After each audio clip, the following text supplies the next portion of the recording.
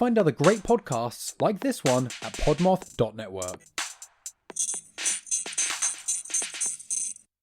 Welcome to Primetime Crime Podcast. I am your host, Kylie, and in this podcast, we are going to deep dive into some lesser known unsolved true crime cases, from missing persons to unsolved homicides. This is the place where we are going to unpack it all, research it all, talk about it all, and try to bring justice to these families after all of these years. We are going to take it one story at a time, one case at a time, and hopefully justice will be ours. Looking for something scary, morbid, frighteningly insane? Get out! Every form of horror, from ghosts, cryptids, and curses, to deals with the devil, giant insects, and more.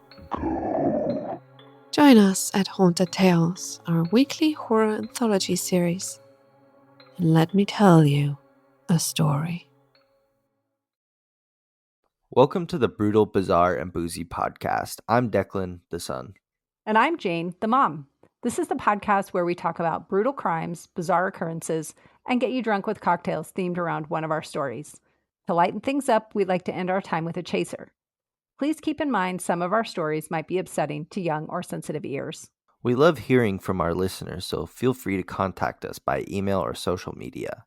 You can find our contact info in the show notes for this episode. If you'd like to support us through Patreon, you can find us there at Brutal, Bizarre, and Boozy Podcast, or use the link in our show notes. Welcome back, everybody. Thank you for joining us again on Brutal, Bizarre, and Boozy for some cocktails and some fun stories. Sometimes fun, sometimes not so fun. Oh, well, it's always fun to hang out with you guys, so That's true. We got That's that going for us. Yeah. So, Declan, what story do you have for us today? Today, I'm going to be talking about Karen Silkwood. Karen Silkwood. Okay. And I know that that's got to be a good bizarre one because I am doing the brutal story today. It's pretty interesting. I'll just leave it at that. Cool. I know there was a movie a long time ago that was Silkwood. I wonder if it's the same story. Because I think the movie Silkwood was a dramatization of real events. So I wonder if it was the same thing. But I don't know because I never really looked into it. There is a movie called Silkwood, but I don't know. It's not really giving me much information about it, so I'm not sure if it's... Okay. About her life or anything? Oh, no. The drama is based on the true story of Karen Silkwood. Yeah. There you go. Okay. I don't know about it. Well, now you know. It's pretty interesting. I'm going to have to watch this movie after this. Cool. It's an older movie. Yeah, it looks like it's... I'm going to say the 70s or 80s. Okay. Cool. Anyways, what is your story today, Mom? My story is a brutal crime out of Idaho that has gotten some resolution. And that's the Moscow murders. Okay. Oh, I thought you were going to be talking about the Idaho guy. Yeah. The Moscow, Idaho. The school shooter guy? No. Oh, okay. No. Because he's in trial right now, I want to say. Wasn't a shooter. Been sentenced? I don't know. Okay. Yes. Yeah. That's why I did it now, because there's resolution to the case. So we'll get to hear all about that. To go with this story, I brought the PhD cocktail because our perpetrator was studying to get his PhD when he committed the crime that he has been sentenced for. So that's why I chose the drink. The drink is made up of 3/4 of an ounce of vodka, 3/4 of an ounce of gin, 1/2 ounce of triple sec, and 1/2 ounce of Rose's lime juice. The steps are to this add. is going to be fucking gross. You think? I think it's going to be tasty. I don't have. You're going faith to in add this. all the ingredients to a shaker with ice, shake and strain into a cocktail glass. You think it's going to be bad. I don't think it's going to be great. I don't think it's going to be one of my favorites, but I think it'll be tasty. Because I like all of those individual things. So when you add them together, this should be decent. The Rose's lime juice is just funky to me. Yes, it is a little bit on the weird side. It's like but maybe the gin and vodka will cover lime. it. I was looking For at the sure, ingredients. fakey. Lime is like the 7th ingredient in the Rose's lime juice. Rose's lime juice. Yeah. All right, here we go. Let's check it out.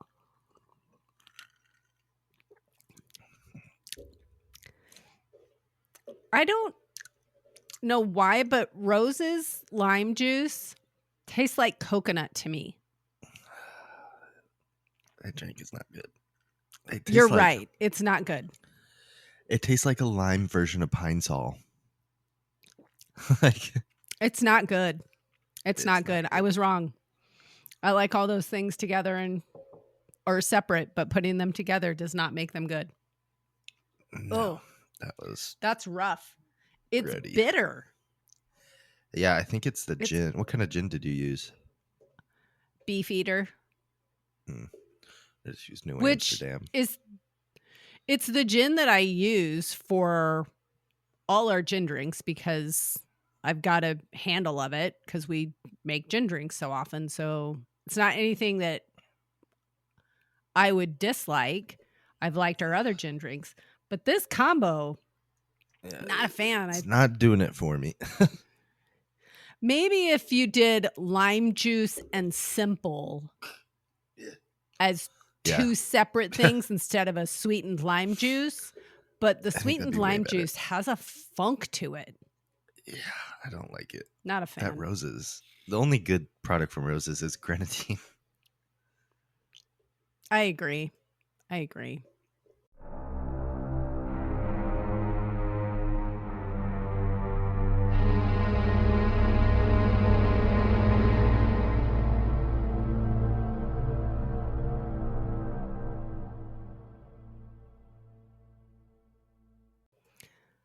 Let's jump into our story about Moscow, Idaho. It is a small rural city near the border of Idaho and Washington. It is the home of University of Idaho, and in the fall of 2022, it made worldwide headlines for a quadruple murder. So this is Bryan, what's his name? Kohberger. Kohberger? Yep, Okay, yeah. Bryan Kohberger. I thought, for some reason, it was a school shooting. It was not a shooting, it was a stabbing. Oh, he took the British side of the tragedy. He did. The victims were all students at the university. Ethan Chapin was a sophomore majoring in recreation, sport, and tourism management. He was dating one of the other victims, Xana Kernodle. Xana was a junior at the university with a major in marketing.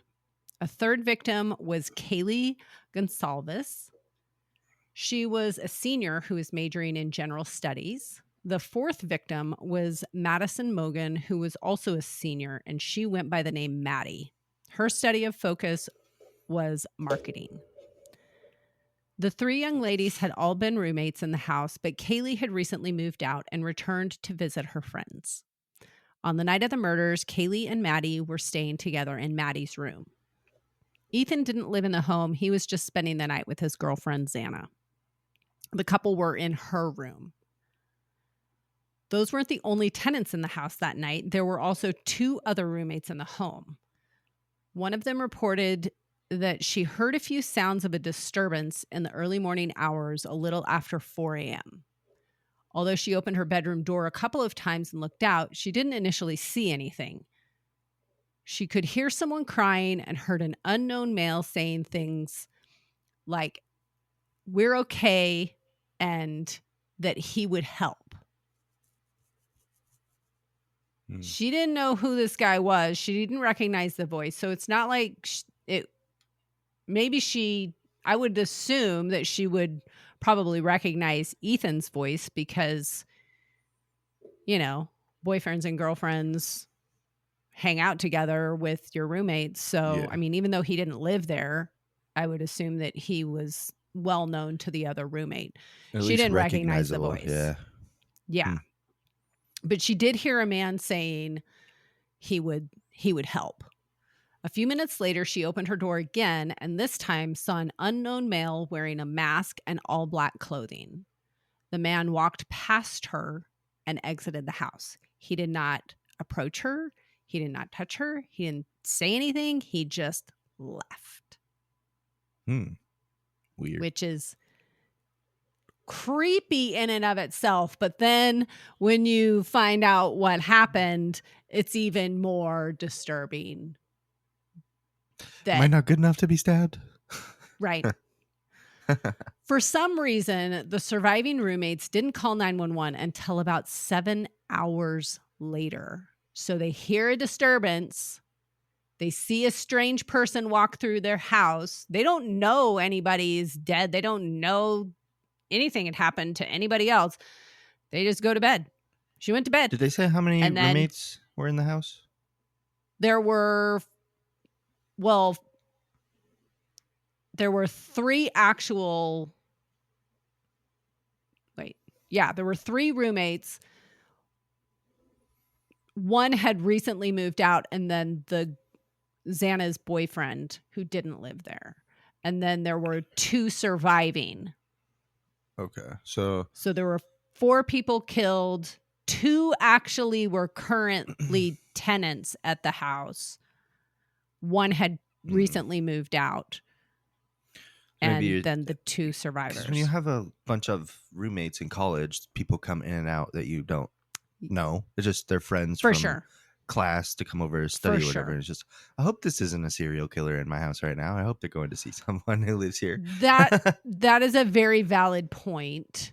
But if you had heard a disturbance and then you saw a masked or something, a masked person leave your house, I don't know. You're probably right. It was probably like, whatever. It's just one more person walking through my house. Maybe, it was November. Green mask or a COVID mask? Because it was just a mask. Time that you were allowed to. No one would look at you weird if you're wearing a COVID mask. So I don't think it was. I mean, this was 2022, so it definitely could have been a COVID mask, but it wasn't described as like a COVID mask or anything. It was just that just a mask. His face was covered. Okay. Yeah. Not like a scary Halloween mask, but just his face was covered. So maybe like a balaclava or something like that. I didn't really look too far into it. It'd be fitting if he was wearing an old school hockey mask. For sure. Yeah. People. That would definitely raise some eyebrows from me, for sure. Yeah. Either way, no one called 911 until the next morning. Well, later. I mean, this all happened at like between 4 and 4:30 in the morning, and they didn't call until almost noon. Jesus. A fair amount of time had passed. Police responded to the home to discover the 4 homicide victims and a very bloody scene. All of the victims had been stabbed numerous times. None of them had been restrained or gagged, and all of them were in bed. Sleeping people, relaxed people. You'd like to die in your sleep, but not by stabbing.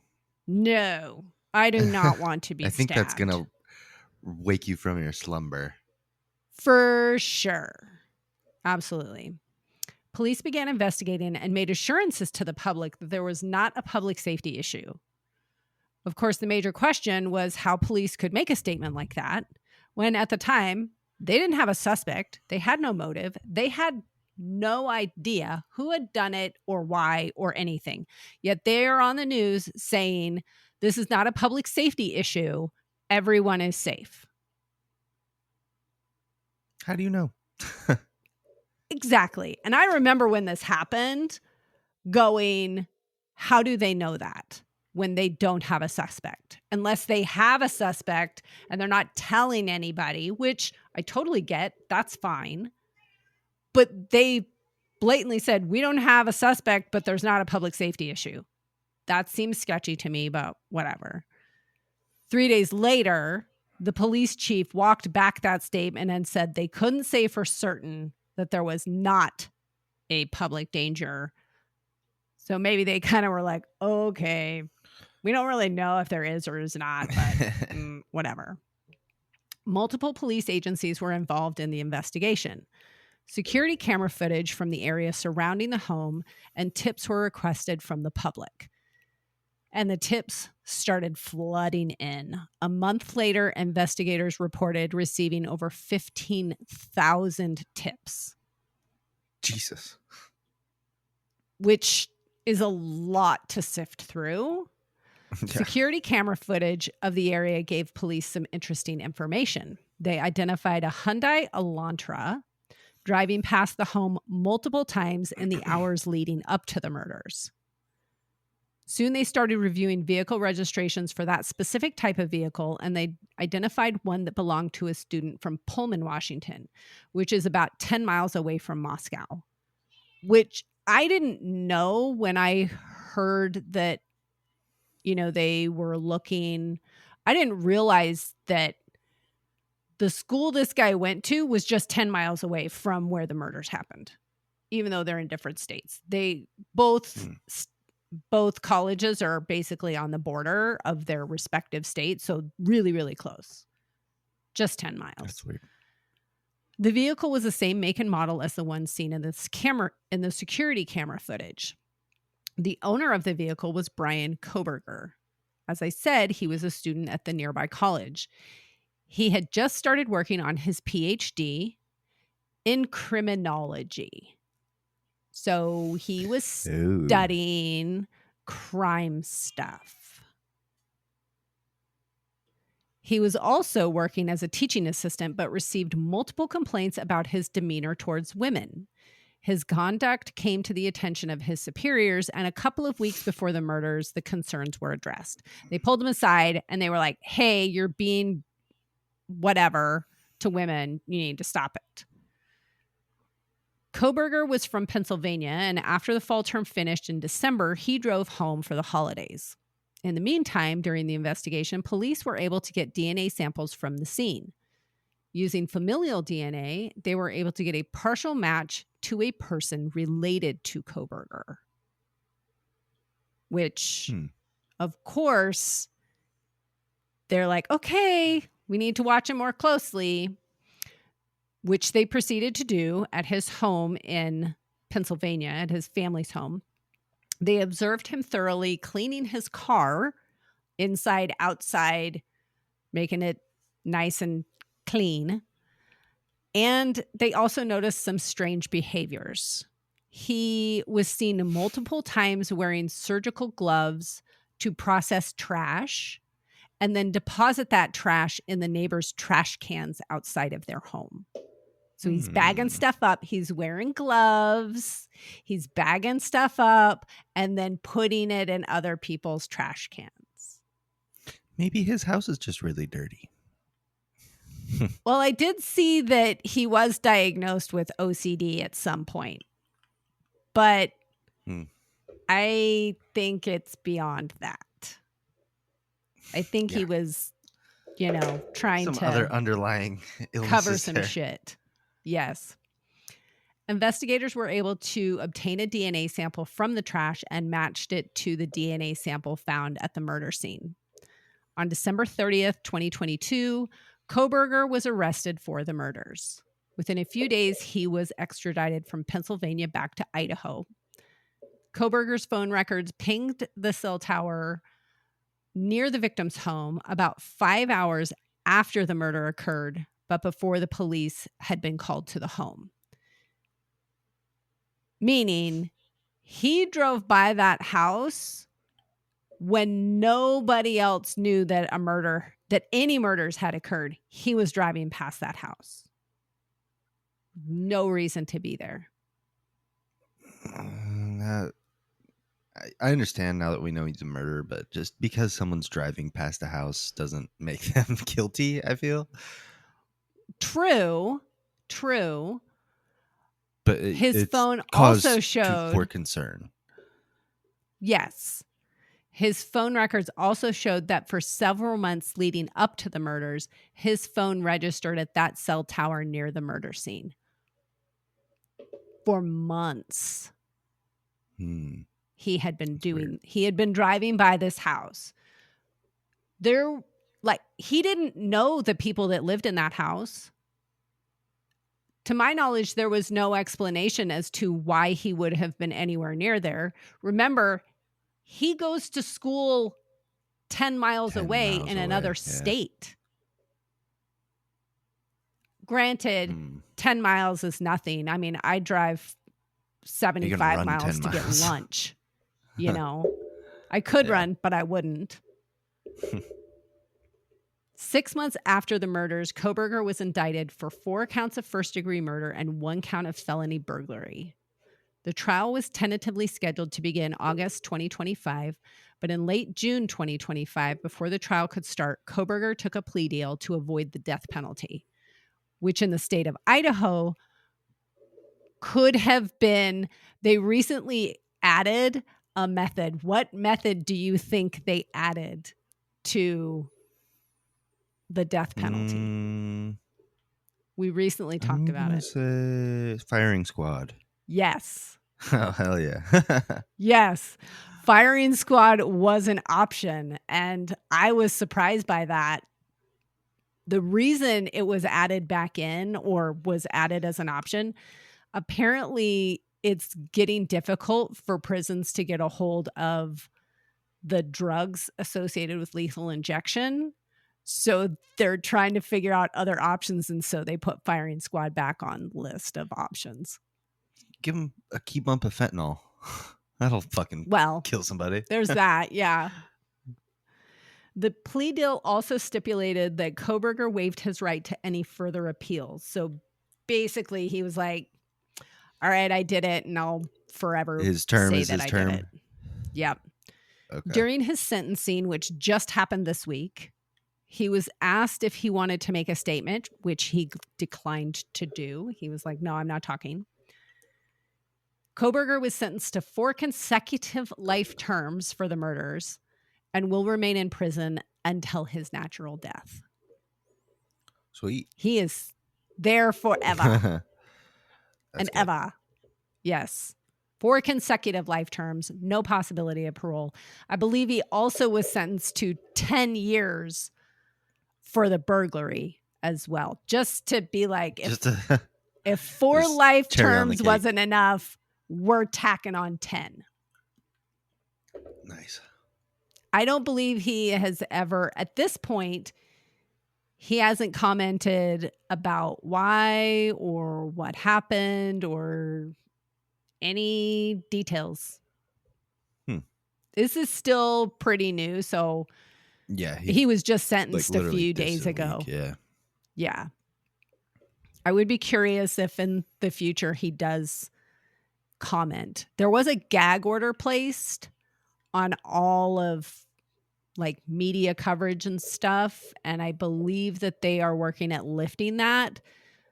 I don't know if he made any statements about, usually they have to make some kind of statement of this is how I did it kind of thing, but I didn't read anything about that.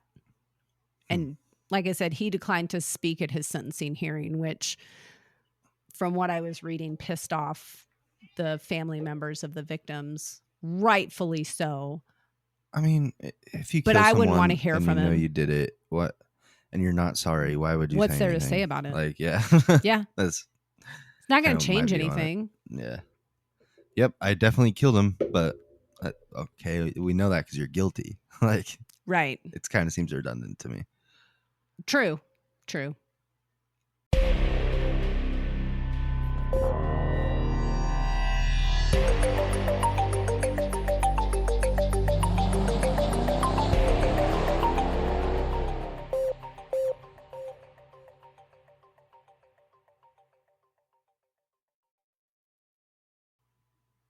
Okay, let's talk about Karen Silkwood. Okay.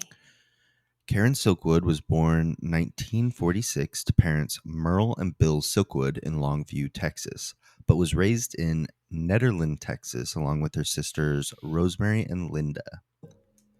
Throughout her school career, she was a straight A student and a member of the National Honor Society, showing a particular interest in chemistry.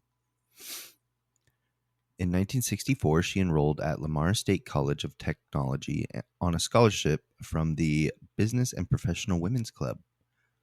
Only a year later, she dropped out and married William Meadows, who worked on oil pipelines. After 7 years of marriage, she divorced William due to his exorbitant spending and an affair. Oh, that's not nice. After the divorce, she moved to Oklahoma City, where she worked as a clerk at a hospital. Later that year, she was hired as a metallography laboratory technician at the Kerr-McGee Corporation at their Cimarron River plutonium production plant, where she studied the physical structure and components of metals. Interesting. Shortly after this, she joined the OCA, or the Oil, Chemical, and Atomic Workers Union.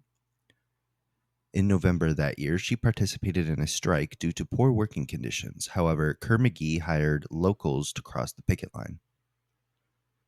In August of 1974, she was signed to the OCA Bargaining Committee. Her main job included investigating health and safety regulations and standards. This is when she realized that the Cimarron River plant violated numerous health regulations such as exposure to contaminants, faulty respiratory equipment, and improper storage of certain dangerous chemicals, and missing plutonium from storage. Uh-oh. That's not good. I think that's what they used to make nukes, so they need that. Even if they didn't, it's highly, highly toxic. Radioactive materials, not good for you. Not good for anybody. On September 26, 1974, she and two other committee members sat in front of some members of D.C. and voiced their concerns about the plutonium plant. This resulted in nuclear consultants to come in and speak to the workers about how dangerous the chemicals are that they're working with. This ultimately resulted in OCA running a whistleblowing campaign against the plant, where they claimed that the plant had manufactured faulty fuel rods, falsified product inspection records, and risked employee safety. Oh. Later that day, Karen testified to the Atomic Energy Commission that she had been personally contaminated by radioactive material during the short period of time that she worked at the facility. Oh, no. In early November, Karen performed a routine self-check that showed almost 400 times the legal limit for plutonium contamination. I didn't realize there was a legal limit. Wow. She's blowing too high to drive, but the following morning, she tested positive for plutonium contamination despite only checking paperwork and doing menial office tasks. Seriously? The next day, she was tested again, and it was found that she was extremely contaminated. Even the breath she was breathing out was contaminated with plutonium. That is terrifying. Yeah. You wouldn't expect that just doing paperwork. Yeah, so that means there's some contamination happening at the Kerr-McGee plutonium plant. Little bit. So she was followed home and had her home tested, and they found she had infected many items in her home. So her boyfriend, and their roommate were sent to Los Alamos National Laboratory to be tested and fully decontaminated. How do you suspected? Are you going to tell us how they decontaminate people? No, I didn't look that up. I'm sure. Okay. I'm sure it's I would just be like curious. I think they have pills for like radiation poisoning and stuff like that. So it's probably something like that. I hope it's easy and a pill. So it was suspected that she was intentionally poisoned by Kerr-McGee Group because the type of plutonium she was infected with was in another part of the building where she wouldn't have gone to. Which I didn't realize there was different types of plutonium, but I did not know that either, and how they could figure that out. Well, there's isotopes, and I don't know, Oh, that's something like true. that. They could Yeah. probably test. Ugh. Like what? I don't know. Radioactive stuff is confusing to me, but I say. by the end of the month, Karen believed she had enough evidence to shut down the plant, so she contacted David Burnham from the New York Times. They agreed to meet up and discuss this issue at a cafe nearby. At 5:30 on November 13th, 1974, Karen was seen presenting at an OCA union meeting. She was seen with a binder and a notebook that was not used during the presentation. So she had a binder and notebook to bring to the New York Times guy after the union meeting. Okay. I have a feeling this is taking a bad turn. It is. Yeah.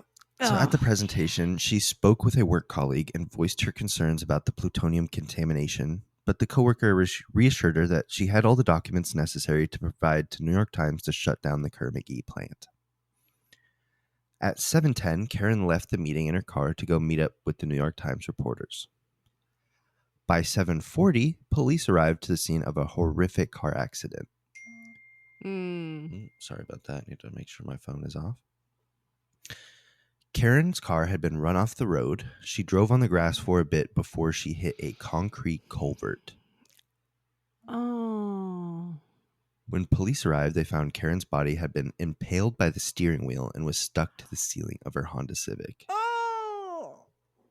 She was pronounced dead on the scene, only 7 miles from the cafe she was supposed to meet the reporters at. I don't like it. Police were unable to find the reports she was bringing to her New York Times. Of course. They found Quaaludes and 2 joints in her car and determined that she had fallen asleep while driving. Bullshit. The OCA hired their own investigator who determined that Karen was awake during the crash because her steering wheel was bent in such a way to suggest that she was fighting the steering wheel as hard as she could to get the car back on the road. He also pointed out that the car was in the left culvert rather than the right and had some damage to the driver's side rear quarter panel that wouldn't be present in a front end collision. And so like tiny pit little maneuver? paint chips. Yep. Looked like she was pit maneuvered to the left side of the road. Oof. Despite her passing, her father Bill filed a complaint with the Kerr-McGee plant for gross negligence. During the trial, some suspicions began brewing. Several other people had been unofficially threatened by the Kerr-McGee group. Multiple people had suffered the same treatment as Karen but lived. So they were run off the road by just a random car. Really? One healthy police officer who was set to give a deposition against them died of a heart attack despite no autopsy. A Kerr-McGee manager had an attempted assassination because they deemed it that he knew too much. And Bill Taylor, who was investigating for the Silkwood family, also had an assassination attempt on his life. So the results of the lawsuit... That's a lot of coincidences. Yeah, a lot of people that had assassination attempts. Yikes. The results of the lawsuit determined that Kerr-McGee was to pay $505,000 or $2.8 million today in damages to the Silkwood and $10 million in punitive damage. However, it was reversed, and the company only had to pay $5,000 to the family and no punitive damages. They were retried in 1986, and the Kerr-McGee group settled outside of court for $1.3 million, or about $4 million today. Wow. Yeah. Oh. I don't like that. That is yucky. Yeah. That's a lot of people weird. that bad stuff happened to. You can't tell me that was all just coincidence. I'm really excited to watch the movie now. I didn't realize there was a movie about this. I would have watched that beforehand. But I don't think I've ever seen the movie. I think I might have seen a few clips of the movie over the years, but I don't think I've ever seen it. So I didn't know like all of the details, and I didn't know she died. Yeah. It's got Meryl Streep, Kurt Russell, and Cher in it, so it's probably pretty good. I was thinking that she died of like cancer or something. I didn't know they killed her. Allegedly. Yeah. Somebody killed her, that's for sure. Yes. Wow. I don't like it. Yeah. Super weird.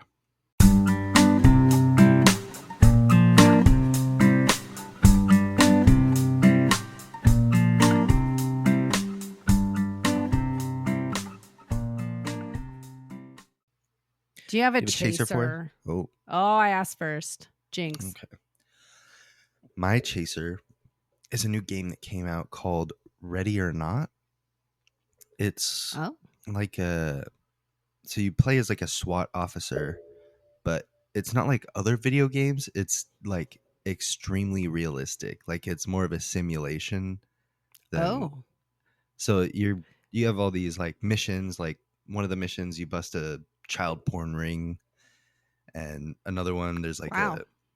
they have the Pulse nightclub shooting as one of the maps, and you have to go in and take out the active shooter, but they left something in that was from the, like real life, where when cops were going in, they could just hear the cell phones ringing of all the people that died and like their family trying to contact them, and they left that in the game, and it's so fucking weird. That's like it's disturbing. makes my skin crawl to play this game, but it's really fun. That's disturbing. Yeah. That's a downer of a chaser, man. It's a really fun game. I recommend people play it, but it's super, super realistic. Okay, to put a more positive spin on it, do you think that it offers some realism for people who aren't familiar with what law enforcement has to deal with, and maybe it would give them a better perspective of like this is their 100%. real life and the shit that they have to deal with? Because I think that's important. I think more people need to understand what law enforcement has to go through on a daily basis. Yeah, and it's so realistic that you could kind of use it as like a CQB training thing, like teaching you the fundamentals, because like you have to clear a room. You die in like 1 or 2 shots, so you have to. It's all like, right, then I'll take that as a positive. And I feel like I'm kind of getting PTSD from playing it some certain missions, but it's I could see why you need to take a break from it. It's so fun. I don't want you having PTSD from playing a video game. It's a million times more fun when you play with your friends because you're just fucking around. But when you play by yourself, you have to actually like pay attention and do the right thing. You get points if you like arrest all the bad guys rather than just killing them. So it's pretty interesting. Okay. All right. Well, what's your chaser? Funny enough, my chaser is a TV show, but it's called Good Cop, Bad Cop. Sounds which we both have cop-related chasers. The show is set in this small little town where the chief of police he's the chief of police, and he hires his daughter and his son to be the detectives. So there's a play on like the sibling rivalry, but they're still kind of close. And is it like a comedy show or like a sitcom type deal? Yeah, it's kind of probably more comedy than it is drama. And some of the cases that they have to solve are pretty funny. And there's a old murder that they have to solve throughout multiple episodes, and it's just a really good show. I recommend it. We binged it in just a couple of days. It's a pretty quick watch. And the acting just one is season? Good. And just one season. It's like brand new, I believe. Okay. We found it on Prime. Nice. I think it's a CW show, but Prime has it. So if you don't have Prime, but you have CW, I think you can find it on there. I don't know how that works. CW. It's one of the stations. I think like, like there's Fox and different, whatever, Paramount. Well, it was on Prime, but it had CW listed on the call of it. It's a good little funny show, and it's cute. I'll have to Not check it too out. You said it was on Prime? serious. Yeah. Okay. I think that wraps us up for today. I don't have any more story. Ugh, I don't. that drink is You gross. drank more of that drink? Yeah, I'm not gonna waste No. it. That's alcohol abuse. I'm gonna waste it. You put me under arrest for alcohol abuse. It's fine. It's going down the drain. That is a drain drink for sure. Better after you let the big ass ice cube in there melt and it's all watered down. Watered down. Well, I think you're right that Rose's lime juice is just it's nasty. I also don't like triple sec either. It gives me like the there's fake that sweetener sensation. It does. I don't like typically mind it in cocktails, but this overall just not a good one. Like I when would I not make drink this. margaritas, I just do tequila, lime juice, and simple syrup. I don't think And that's the best technically a way. margarita anymore, but No, I think there's like it's like a version purists of it. that's more of like the purist version of a Yeah, margarita. I just can't do triple sec. It's not my favorite. No. Lots of people feel that same way. Well, thanks for All right. listening, Love you, bud. everybody. Thanks for checking in this week. Love you, Mom. Bye. Bye. Hey, friends. Thank you for supporting our podcast. Please share our show with your brutal and bizarre friends. Give us a boozy follow on your favorite podcast platform. If you're feeling extra generous, we'd appreciate a 5-star rating or review as well. But maybe do that sober so all the letters are in the right place. You can find all our contact information in the show notes. We love hearing from you, and if you're interested in helping us stock the bar for our future boozy episodes, you can find our Patreon link in the show notes as well.